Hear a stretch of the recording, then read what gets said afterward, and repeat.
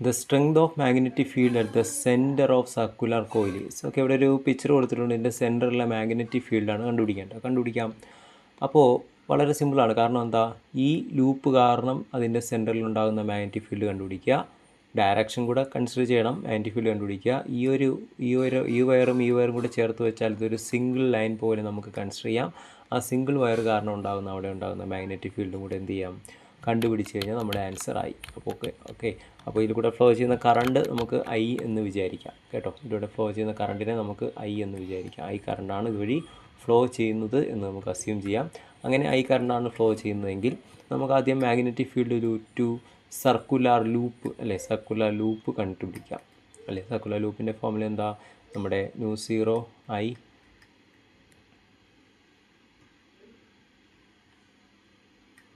Divide by 2R അല്ലേ. µ0 I divide by 2R എന്ന് പറയുന്ന ഫോർമുല ഉപയോഗിക്കുക. അല്ലെങ്കിൽ നമ്മൾ നേരത്തെ ഒരു ക്ലാസ്സിൽ പറഞ്ഞ പോലെ µ0 4π × 2πI/R ഉപയോഗിക്കാം കേട്ടോ. രണ്ടും ഒരു ഫോർമുല തന്നെയാണ്. ഈ പൈയും 4 കട്ടായി പോയി µ0 I/2R എന്ന് വരുന്നേ ഉള്ളൂ അല്ലേ. ഇതിൻ്റെ ഡയറക്ഷൻ എങ്ങോട്ടായിരിക്കും, റൈറ്റ് ഹാൻഡ് തമ്പ് റൂൾ ഉപയോഗിച്ച് നമുക്ക് മനസ്സിലാവും. ഇൻറ്റു ദ ബോർഡായിരിക്കും, ഇൻറ്റു ദ പേപ്പർ അല്ലെങ്കിൽ ഇൻറ്റു ദ ബോർഡായിരിക്കും. ഇനി വയർ കാരണം അല്ലേ, magnetic field due to the വയറിൻ്റെ ഫോർമുല എന്താണ്, വയറിൻ്റെ ഫോർമുല എന്ന് പറയുന്നത് µ0 I ഡിവൈഡ് ബൈ 2πR ആണ് അല്ലേ. 2πR. ഈ വയറും R ഡിസ്റ്റൻസ് അകലെ ആയിരിക്കും അല്ലേ. വയറിൽ നിന്ന് ഈ പോയിൻറ്റിലോട്ടുള്ള ദൂരവും R തന്നെയായിരിക്കും. µ0 I ഡിവൈഡ് ബൈ 2πR ആണ്. അത് നമ്മൾ ഉപയോഗിച്ചാൽ എങ്ങനെയായിരിക്കും കിട്ടുക, റൈറ്റ് ഹാൻഡ് തമ്പ് റൂൾ ഉപയോഗിച്ച് കഴിഞ്ഞാൽ ഈ വയർ കാരണം ഇവിടെ ഉണ്ടാകുന്ന മാഗ്നറ്റിക് ഫീൽഡ് എന്ന് പറയുന്നത് ഇൻറ്റു ദ പേപ്പർ ആയിരിക്കില്ല, ഔട്ട് ഓഫ് ദ പേപ്പർ ആയിരിക്കും.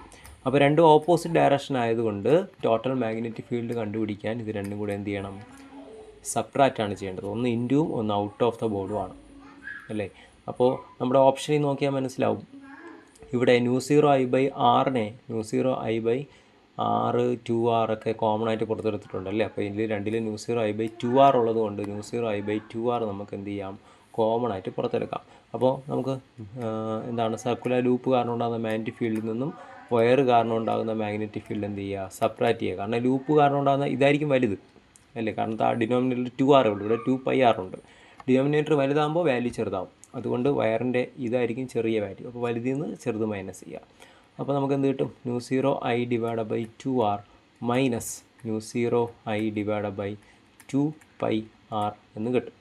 സ്മാൾ ലെറ്റർ ആറില്ല, സോറി, ക്യാപിറ്റൽ R എന്ന് കിട്ടും അല്ലേ. അപ്പോൾ ഇതിൽ നമുക്ക് µ0 I/2R കോമൺ ആയിട്ട് എടുക്കാം അല്ലേ. µ0 I/2R കോമൺ ആയിട്ട് എടുത്തു കഴിഞ്ഞാൽ µ0 I/2R 2R ഇൻറ്റു ഇവിടെ µ0 I/2R ഫുള്ളായിട്ട് പോയിട്ട് 1 മൈനസ് ഇവിടെ എന്ത് വരും, 1/π എന്ന് കിട്ടും അല്ലേ. 1/π അല്ലേ. അപ്പോൾ ഓപ്ഷന് ഏതാണ്, ഓപ്ഷൻ C ആണ് കറക്റ്റായിട്ടുള്ള ആൻസർ.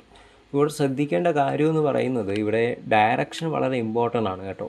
രണ്ടും ഒരേ ഡയറക്ഷൻ ആയിരുന്നെങ്കിൽ ഞാൻ ആഡ് ചെയ്തേനെ. രണ്ടും ഓപ്പോസിറ്റ് ഡയറക്ഷൻ ആയതുകൊണ്ടാണ് ഞാൻ സബ്ട്രാക്റ്റ് ആവുന്നത്. ഡയറക്ഷൻ വളരെ വളരെ ഇമ്പോർട്ടൻ്റ് ആണ്. അത് കറക്റ്റായിട്ട് നോക്കിയിട്ട് പ്ലസ് ആണോ മൈനസ് ആണോ എന്ന് നോക്കണം. പ്ലസ് ആയിരുന്നുവെങ്കിൽ ഓപ്ഷൻ D വന്നേനെ അല്ലേ, ഇവിടെ പ്ലസ് വന്നേനെ. മൈനസ് ആയതുകൊണ്ടാണ് ഓപ്ഷൻ C ആയത് അല്ലേ. അപ്പോൾ ഇവിടുത്തെ ആൻസർ ഓപ്ഷൻ C ആണ്.